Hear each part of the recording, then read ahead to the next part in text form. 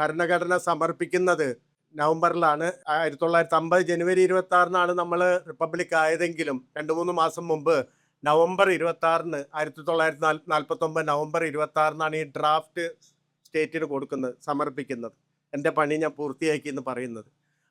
അതിൻ്റെ തലേന്നോ നടത്തിയ ഒരു അന്തിമ പ്രസംഗമുണ്ട് ഭരണഘടനാ അസംബ്ലിയിൽ. വളരെ പ്രധാനപ്പെട്ട പ്രസംഗമാണ്.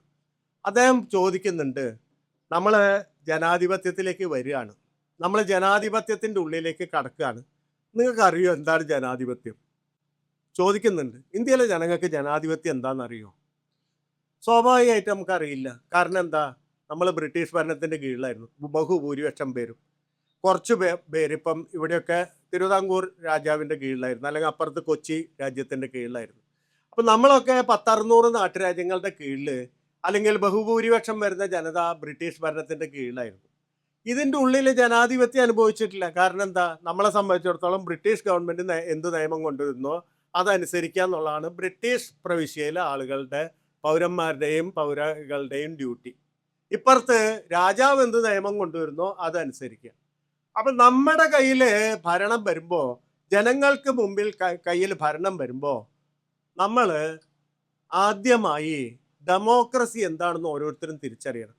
നമ്മൾ വിചാരിക്കും ഡെമോക്രസിക്ക് ഒരു ടെക്നിക്കൽ പാർട്ടുണ്ട്, അത് ഇലക്ഷനാണ്. ഇലക്ഷന് നടക്കുന്നു, ആൾക്കാർ വോട്ട് ചെയ്യുന്നു, ജയിക്കുന്നു, ഒരാളെ തിരഞ്ഞെടുക്കുന്നു, ആ പ്രോസസ്സൊക്കെ നടക്കും. ഏറ്റവും കൂടുതൽ വോട്ട് കിട്ടുന്ന പാർട്ടി ജയിക്കും, അതിൻ്റെ ഉള്ളിൽ ഒരാളെ മുഖ്യമന്ത്രി പ്രധാനമന്ത്രിക്ക് ആ പ്രോസസ്സ് നടക്കും. ഈ പ്രോസസ്സ് നടക്കുമ്പോൾ നമ്മൾ വിചാരിക്കും ഇതാണ് ജനാധിപത്യം. എന്താ യഥാർത്ഥത്തിൽ ഇന്ത്യയിൽ ജനാധിപത്യം? ഇന്ത്യയിൽ ജനാധിപത്യം ഉണ്ടാവണമെങ്കിൽ സൊസൈറ്റിക്കുള്ളിൽ ജനാധിപത്യ ബോധ്യം വരണം. സൊസൈറ്റിക്കുള്ളിൽ ജനാധിപത്യ ബോധ്യം വരണമെങ്കിൽ എന്താ നമ്മുടെ കയ്യിലുള്ളത്? സ്വതന്ത്രമാകുമ്പോൾ നമ്മുടെ കയ്യിലുള്ള 3 മൂല്യങ്ങളാണ് ഞാൻ നേരത്തെ പറഞ്ഞ പോലെ: ലിബർട്ടി, ഇക്വാളിറ്റി, ഫ്രട്ടേണിറ്റി. ഈ ലിബർട്ടി, ഇക്വാളിറ്റി, ഫ്രട്ടേണിറ്റി എന്ന് പറയുന്ന ഈ 3 മൂല്യങ്ങളും വെച്ചിട്ട് സൊസൈറ്റിയുടെ ഉള്ളിൽ നോക്കിയതൊന്നും കാണില്ല. അവിടെ ഹിന്ദുമതത്തിൻ്റെ ഗ്രഡേഷൻ ഉണ്ട്, പലതരത്തിലുള്ള സാമ്പത്തികമായ വേർതിരിവുണ്ട്, ജെൻഡർ ഉണ്ട്, ലിംഗത്തിൻ്റെ പേരിലുള്ള ഇൻഇക്വാളിറ്റി ഉണ്ട്, ഇതൊക്കെ ഉണ്ട്. അപ്പോൾ അവിടെ തന്നെത്താൻ ജനാധിപത്യം ഉണ്ടാവില്ല, തന്നെത്താൻ സമത്വം ഉണ്ടാവില്ല, തന്നെത്താൻ സ്വാതന്ത്ര്യം ഉണ്ടാവില്ല. കാരണം വലിയ പാട്രിയാർക്കി അവിടെ ഉണ്ട്, വലിയ തരത്തിലുള്ള ബ്രാഹ്മണിസം അവിടെ ഉണ്ട്, വലിയ തരത്തിലുള്ള മറ്റു തരം കാര്യങ്ങൾ നമ്മൾ ശ്രദ്ധിക്കാത്ത തരത്തിലുള്ള ഇപ്പോൾ ലിംഗ്വിസ്റ്റിക് മൈനോറിറ്റിയും ലിംഗ്വിസ്റ്റിക് മജോറിറ്റിയും ഉണ്ട്. ഹിന്ദി പറയുന്നവന് മലയാളം പറയുന്നതിനേക്കാൾ എപ്പോഴും മേന്മയുണ്ട്. ഇതൊക്കെ നിൽക്കുമ്പോൾ നിങ്ങൾ എങ്ങനെയായി പറയുന്ന ഇലക്ഷൻ ജനാധിപത്യത്തിൻ്റെ നിദർശനമായിട്ട് കാണാമെന്ന് ചോദിക്കുന്നുണ്ട്. അംബേദ്കർ തന്നെ അതിന് മറുപടി പറയുന്നുണ്ട്. ഈ സമത്വം, സ്വാതന്ത്ര്യം, സാഹോദര്യം എന്ന് പറയുന്ന മൂല്യങ്ങളെ അധിഷ്ഠിതപ്പെടുത്തി, അതിനെ അടിസ്ഥാനപ്പെടുത്തി നിരന്തരം പ്രവർത്തിച്ച് ഒരു സൊസൈറ്റിയെ റീഓർഗനൈസ് ചെയ്യുന്നതാണ് ജനാധിപത്യം. അതിനെ പുനഃസംഘടിപ്പിക്കുന്നതാണ് ജനാധിപത്യം. ഈ പുനഃസംഘടിപ്പിക്കുന്ന പ്രവർത്തനം നിന്ന് കഴിഞ്ഞാൽ ഒരു സൊസൈറ്റി അതിൻ്റെ ആഴത്തിൽ മരിക്കും. അത് പതുക്കെ ഡെഡാവാൻ തുടങ്ങും, അതിൻ്റെ സെൽസ് ഡെഡാവാൻ തുടങ്ങും. നമ്മളിത് അറിയില്ല. നമ്മൾ വിചാരിക്കും എന്താ, ഇലക്ഷൻ നടക്കുന്നുണ്ട്, ഇവിടെ ജനാധിപത്യ വ്യവസ്ഥയാണ്, ഇലക്ഷൻ നടക്കുന്നുണ്ട്, കൃത്യമായിട്ട് 5 കൊല്ലം കൂടുമ്പോൾ എല്ലാം നടക്കുന്നുണ്ട്. ഇവിടെ ഈ ഇലക്ഷനിൽ പങ്കെടുക്കുന്ന ഏറ്റവും വലിയ പങ്കാളി എന്ന് പറയുന്നത് അയാളുടെ അല്ലെങ്കിൽ അവളുടെ പൊളിറ്റിക്കലായിട്ടുള്ള സെൽസ് മുഴുവൻ നശിച്ചുകൊണ്ടിരിക്കുക. കാരണം എന്താ, ഇവൻ പുറത്തിറങ്ങിയാൽ അവിടെ സമത്വമില്ല, സ്വാതന്ത്ര്യമില്ല, സാഹോദര്യമില്ല, ഒന്നുമില്ലാത്തൊരു സൊസൈറ്റി, പതുക്കെ ഡെഡായിക്കൊണ്ടിരിക്കുന്ന സൊസൈറ്റി. ഈ സൊസൈറ്റിയിൽ ഇലക്ഷൻ നടന്നാൽ, അല്ലെങ്കിൽ ആ ടെക്നിക്കൽ പാർട്ട് കൃത്യമായിട്ട് നടന്നാൽ, വളരെ എളുപ്പത്തിൽ ഈ ജനാധിപത്യം എന്ന് വിളിക്കുന്നതിൻ്റെ ഫ്രെയിമിൽ കൂടെ ഫാസിസത്തിന് കയറി കസേരയിലിരിക്കാൻ പറ്റും. ഇതാണ് ഇന്ത്യയിൽ നടന്നത്. ഇന്ത്യയിൽ ജനാധിപത്യം ഉണ്ട്, 5 കൊല്ലം കൂടുമ്പോൾ ഇലക്ഷൻ ഉണ്ട്. പക്ഷെ വോട്ട് ചെയ്യുന്ന മനുഷ്യന് സോഷ്യലി പതുക്കെ ഡെഡായതുകൊണ്ട് ഈ വോട്ട് ചെയ്യുന്ന മനുഷ്യരെ മതം കാണിച്ചിട്ട് നിങ്ങൾക്ക് വോട്ട് പെട്ടിയിലേക്ക് നയിക്കാം, മറ്റ് ഏതെങ്കിലും തരത്തിലുള്ള കറപ്റ്റ് ആയിട്ടുള്ള മെത്തേഡ് ഉപയോഗിച്ച് വോട്ട് പെട്ടിയിലേക്ക് നയിക്കാം, നിങ്ങളെ നൈമിഷികമായിട്ട് എന്തെങ്കിലും വൈകാരികമായി സെൻസിറ്റീവ് ആയിട്ടുള്ള കാര്യം ഉൽപ്പാദിപ്പിച്ചിട്ട് വോട്ട് പെട്ടിയിലേക്ക് നയിക്കാം, വേറൊരു മതത്തിൻ്റെ പള്ളി കയറി ആക്രമിച്ച് തകർത്ത് നിങ്ങൾക്ക് ഇലക്ഷൻ വിജയം നേടാം, ഒരു സംസ്ഥാനത്തിലെ 2000-ഓളം വരുന്ന ന്യൂനപക്ഷ വിഭാഗത്തിൽപ്പെട്ട ആളുകളെ വെട്ടിക്കൊന്ന് അതിൻ്റെ പുറത്ത് ഇലക്ഷൻ ജയിക്കാം, ഇല്ലാത്ത ഏറ്റുമുട്ടൽ കഥകൾ ഉണ്ടാക്കി സൊഹ്റാബുദ്ദീൻ ഷെയ്ഖ് തൊട്ട് നമ്മൾ ഗുജറാത്തിൽ നിന്ന് കേട്ട കഥകളൊക്കെ നമുക്കറിയാലോ. അത് പലതും ഒരു സന്ദർഭത്തിൽ പലരും തിരിച്ചറിഞ്ഞിട്ടുള്ളതാണ്. അങ്ങനെ ഇലക്ഷൻ വിജയം നേടാം. ഇങ്ങനെ എലക്ഷൻ വിജയം നേടണമെങ്കിൽ ഒരു ഒരു ചത്തുപോയ ഒരു സൊസൈറ്റിയിൽ പല മാർഗങ്ങളുണ്ട്. അത് മുഴുവൻ എളുപ്പത്തിൽ പ്രയോഗിക്കാം എന്നുള്ളതാണ്. അപ്പൊ ഈ ചെത്തുപോയ കോശങ്ങളെ പുനരുജ്ജീവിപ്പിക്കണമെങ്കിൽ നമ്മൾ ഇലക്ഷൻ റിസൾട്ട് മാത്രം നോക്കിയിരുന്നാൽ പോരാ. നമുക്ക് നാളെ UP ഇലക്ഷൻ വരാൻ പോകുന്നു. UPയിൽ നമ്മൾ ഈ പറയുന്ന നമുക്ക് ഇപ്പോൾ വലിയ പ്രതീക്ഷകൾ ഉണ്ടായിട്ടുണ്ട്. ബാങ്കിപ്പൂര് ജയിച്ചിട്ടുണ്ട്. മധ്യപ്രദേശിലും ഒരു സീറ്റ് കോൺഗ്രസ് നിലനിർത്തിയിട്ടുണ്ട്. എന്ന് പറഞ്ഞാൽ ഇവർക്കെതിരെയുള്ള ഒരു റിസൾട്ട് ഉണ്ടായിട്ടുണ്ട്. ഇത് വിചാരിച്ചിട്ട് നമ്മൾ മുഴുവൻ TV-യുടെ മുമ്പ് തുറന്നു നോക്കിയിട്ട് അന്ന് ഉച്ചയ്ക്ക് ഇതിൽ വിപരീതം സംഭവിച്ചാൽ തളർന്നു പോകുന്ന ഒന്നാവരുത് നമ്മുടെ പ്രത്യാശ. ഹിസ്റ്റോറിക്കൽ ആവണം, ഹിസ്റ്റോറിസൈസ് ചെയ്യാന്നുള്ളതാണ്. അപ്പോൾ ഹിസ്റ്റോറിസൈസ് ചെയ്യുമ്പോൾ നമുക്ക് മനസ്സിലാവും എന്താണ് ജൻസി കലാപത്തിന് ഇത്ര ഒരു ഒരു പിന്തുണ കിട്ടിയത്. എങ്ങനെയാണ് പൊളിറ്റിക്കലി അനലൈസ് ചെയ്യുക? അത് ട്വിറ്റർ ഉപയോഗിച്ചു, സാമൂഹ്യ മാധ്യമങ്ങൾ ഉപയോഗിക്കുന്നു, അങ്ങനെയൊക്കെയാണ് പലപ്പോഴും നമ്മൾ അതിനെ മനസ്സിലാക്കാൻ. അല്ലെങ്കിൽ ജൻസികളെ പറ്റിയുള്ള ഒരു നമ്മുടെ തെറ്റിദ്ധാരണ മാറ്റുന്നതിൻ്റെ ഭാഗമായിട്ട് നമ്മളതിനെ ഒരു സെൽഫ് ഇൻട്രോസ്പെക്ഷനൊക്കെ ഉപയോഗിക്കുന്നു. ഇതിനപ്പുറം ഇതിനൊരു സാമൂഹിക യാഥാർത്ഥ്യമില്ലേ എന്നുള്ള ക്വസ്റ്റ്യൻ ഉണ്ട്. അപ്പോഴാണ് ആനന്ദ് തെൽത്തുംബെയൊക്കെ ചൂണ്ടിക്കാട്ടിയ പോലെ ഈ 25 വയസ്സിനും 35 വയസ്സിനും ഇടയ്ക്കുള്ള 40% പേര് അൺഎംപ്ലോയിഡാണ് ഇന്ത്യയിൽ, തൊഴിലില്ലാത്തവരാണ്. എന്ന് പറഞ്ഞാൽ നമ്മൾ ഒരു കാലത്ത് ഉന്നയിച്ചിരുന്ന പട്ടിണിയും തൊഴിലില്ലായ്മയൊക്കെ അതിതീവ്രമായിട്ടുള്ള വേഗതയിൽ, എന്ന് പറഞ്ഞാൽ ആ ഗ്ലോബലൈസേഷൻ ആയിട്ടുള്ളൊരു മധുവിധു കെട്ടിമറിച്ചിൽ കഴിഞ്ഞതിന് ശേഷം വലിയ ആഴത്തിൽ ഇത് വരുന്നുണ്ട്, ഇന്ത്യയിൽ മുഴുവൻ വരുന്നുണ്ട്. ഇത് പലതരത്തിൽ അത് വളരെ പ്രധാനപ്പെട്ട ഒരു സാമൂഹ്യ യാഥാർത്ഥ്യമായി യുവാക്കളുടെ മനസ്സിലുണ്ട്. എന്ന് പറഞ്ഞാൽ നമ്മൾ ഈ പറയുന്ന ജൻസിയുടെ ഈ സോഷ്യൽ മീഡിയ ഉപയോഗിച്ചിട്ടുള്ള വരവ്, അല്ലെങ്കിൽ രാമനിളയതിനെ പോലെ മനുഷ്യർ തന്നെത്താൻ കലാപത്തിൽ ജന്തർ മന്ദിറിൽ 100,000 രാമനിളയതാണ് വന്നു ചേർന്നിട്ടുള്ളത്. സ്വന്തം വീട്ടിൽ പേപ്പർ വായിച്ച് അടുത്ത ടിക്കറ്റ് ഡൽഹിയിലേക്ക് കയറിപ്പോയ ആൾക്കാരെ എനിക്കറിയാം. അപ്പം അതുപോലെ ആളുകളിൽ സംഭവിക്കുന്നതിൻ്റെ കാരണം അതിനൊരു സോഷ്യൽ റൂട്ടുണ്ട്, അത് പ്രത്യേകം ശ്രദ്ധിക്കണം. അതിൻ്റെ കാരണം ഒരു ഭാഗം ഇതാണ് എന്ന് പറഞ്ഞാൽ ഈ പറയുന്ന അൺഎംപ്ലോയ്മെൻറ്റും പോവർട്ടിയും അടക്കമുള്ള കാര്യങ്ങൾ. രണ്ടാമത്തെ കാര്യം SIR എന്ന് പറയുന്ന സംഗതിയാണ്. നമ്മൾ കേരളത്തിൽ അത് ചർച്ച എത്ര മനുഷ്യരെ വെട്ടിമാറ്റി, ഇന്ത്യയുടെ ഭൂപടത്തിൽ നിന്ന് വെട്ടിമാറ്റി. കഴിഞ്ഞ ദിവസം രാജഗോപാൽ സംസാരിക്കുന്നത് കേട്ടു. രാജഗോപാൽ ടെലഗ്രാഫിൻ്റെ പത്രാധിപരാണ്. എന്നിട്ട് അയാൾക്ക് തെളിയിക്കണം എൻ്റെ അച്ഛൻ കേരളത്തിലെ രാമദാസ് ആയിരുന്നു എന്ന് അയാൾ തെളിയിക്കാൻ വേണ്ടി 58 അന്ന് അയാളൊപ്പം വർക്ക് ചെയ്ത മനുഷ്യരുടെ വീടുകളിൽ പോയി. അദ്ദേഹം മദ്യനിരോധന പ്രവർത്തകനായിരുന്നു, അതിൻ്റെ വല്ല പേപ്പറിൻ്റെ ന്യൂസ് ഉണ്ടോ? അദ്ദേഹം പഠിച്ച സ്കൂളിൽ പോയിട്ട് ഒരു S കൂടിപ്പോയി എന്നാണ് പറയുന്നത്, അതിൻ്റെ തെളിവ്. എന്ന് പറഞ്ഞാൽ പ്രിവിലേജ് ഉള്ള ഒരാൾക്ക് ഇത്ര ബുദ്ധിമുട്ടേണ്ടി വരുന്നു. അപ്പം ബംഗാളിൽ നിങ്ങൾ ഇത്രയും വെട്ടിമാറ്റി എന്ന് പറഞ്ഞാൽ എന്തായിരിക്കും അത്? ആ മനുഷ്യരുടെ രോഷം തന്നെത്താൻ ആവിയായി പോയില്ല, അത് അവിടെ കിടക്കുന്നുണ്ട്.